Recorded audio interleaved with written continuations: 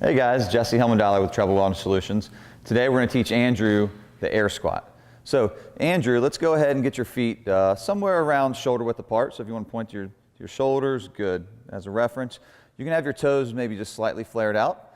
Let's go ahead and really screw your feet into the ground. So you want to make sure that your heel, your big toe, and your pinky toes are screwed into the ground. You're really gripping the floor.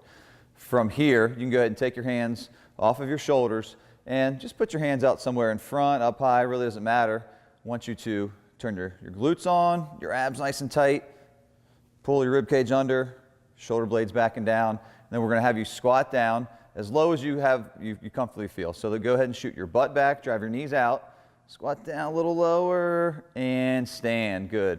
Each time I want you to return a good hip and knee extension. Let's go ahead and do a couple more. Nice. There we go. Really push these knees out wide.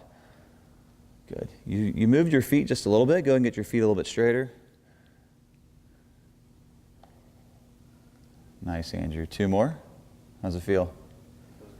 Cool. Looks good. And one more. And good stuff.